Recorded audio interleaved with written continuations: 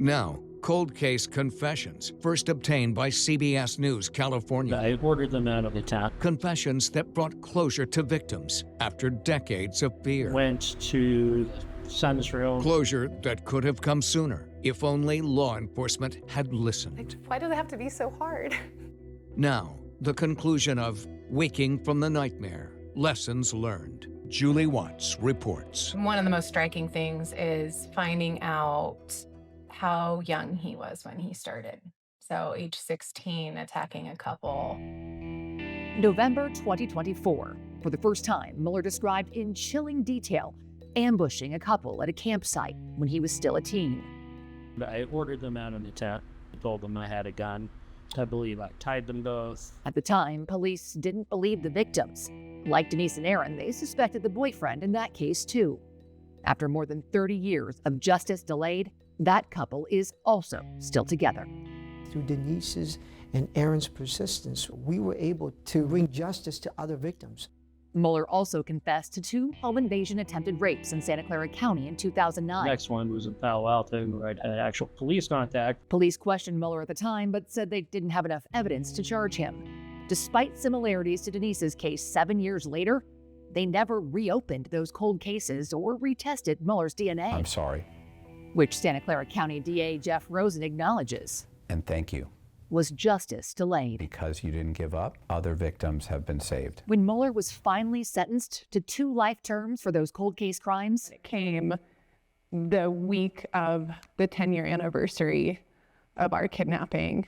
So it was very wow, just looking back and all that we had gone through and everything that it took to get to this place. But the confessions didn't end there.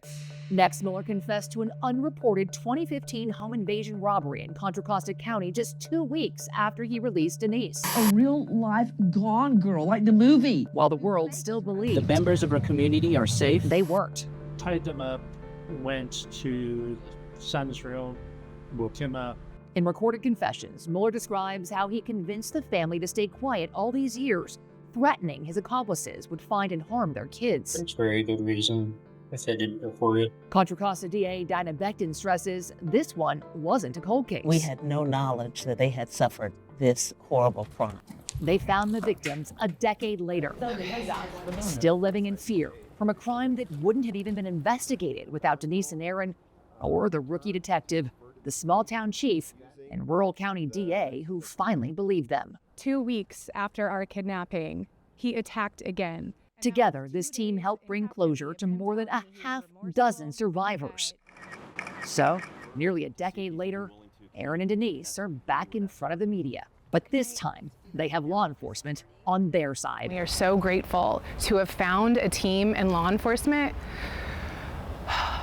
who respects us, who values us as victims, and is willing to work with us and collaborate with us. We're hoping that this can be a really positive example of this is how policing can be, this is how investigations can be. And now they're working together, helping to retrain officers using their nightmare as a case study. I'm not going to admit to something I didn't do. Detective Musser thinks he's a human lie detector, and the training that he got makes him believe that's so. Investigators point to Aaron's interrogation as a textbook example of old-school training methods dating back to the 1940s, developed to replace the use of physical torture. His primary goal right now is to get a confession, because he knows confessions get convictions. Interrogators were trained to create a high-pressure environment, often by isolating or lying to the suspect. As for my family, they tell me they don't know where they are. My family was in the police station. FBI polygraph expert Special Agent French lied too. There's no question in my mind that you failed this test. Then interrogators are taught to minimize the seriousness of the crime. This was an accident. I know it was an accident. I could see that she accidentally died. And ultimately make a confession seem like the best option for the suspect. I promise you, if you're painted that cold, ruthless killer, everything that you're trying to protect is going to be gone. That's a choice you're going through. Am I going to look like a monster? Or if I say it was an accident, then maybe I'll get some leniency. And I start figuring out, okay, how do I make it so you look like a monster? Nobody who did this to them has been held accountable. Do we discipline him for doing something that he was trained to do? DA Vern Pearson is working to change the way investigators are trained. I know he was trained to do that. I do agree that if somebody continues to train this antiquated, not very effective methodology, they should be held accountable. Nationwide, nearly a third of all wrongful convictions, later exonerated by DNA, are linked to a false confession. There is a problem, but there is also a solution. He points to science-based interviewing techniques, which studies show can be more effective than confession-driven interrogations. I'm going to go tell them that. Like Aaron's. I'm not looking for alive Denise. I'm looking for dead Denise. He has no evidence to support that conclusion. That is part of the training. And under science-based interviewing, what would he be saying? Instead of talking, he would have Aaron talking. Pearson explains the goal of a science-based interview is to get detailed information instead of a confession. Take a detailed statement and you compare that to other known facts. He says it's how they got Mueller to lead them to half a dozen cold case victims. Used for a task code. Science-based interviewers build rapport with the suspect, focus on communication instead of control. I don't want you to say a word, okay? I need you to listen. He'll stop my denials. He won't let me speak. Compare Aaron's interrogation to Mueller's. Would you like me to expand on that? No. Scroll that. Okay. So. And science-based interviews focus on open-ended questions instead of presuming guilt. Tell me a little bit about that relationship. She's dead. The only other explanation here is that she wanted to be gone, and you're helping her be gone. At a law enforcement conference in South Lake Tahoe, Denise Huskins is no longer a name on a case file. She's an expert. This was actually something quite common, too common, the disbelief of victims and survivors. The couple, once discredited by authorities, is now helping to train them, alongside the officers who finally believe them.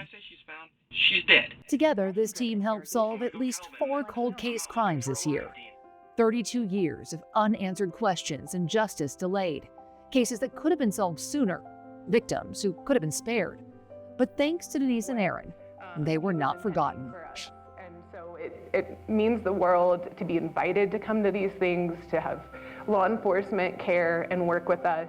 Together, they're writing their next chapter, using trauma to teach, turning pain into purpose, proving that when survivors are believed, cold cases don't have to stay cold. We're back in Tahoe, not far from where this all started.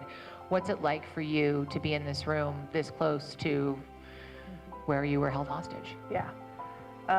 Again, it's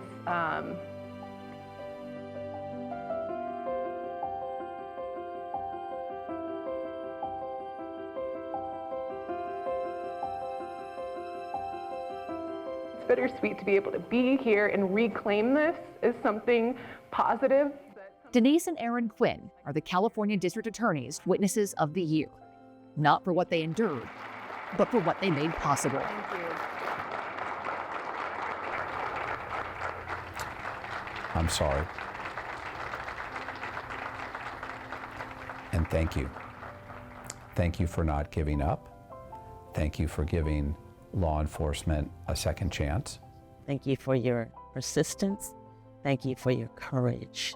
Because without your persistence, without your courage, they would have never obtained justice. Thank you for persevering all these years and ensuring the full accountability of Mr. Mueller. I've always known that these two individuals, because of their perseverance, their heart, their character, their passion, that they would help change law enforcement at a national level.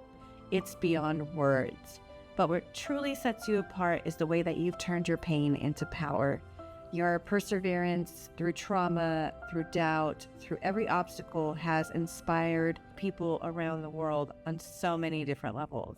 From the bottom of my heart, and on behalf of every survivor who feels a little less alone, we thank you.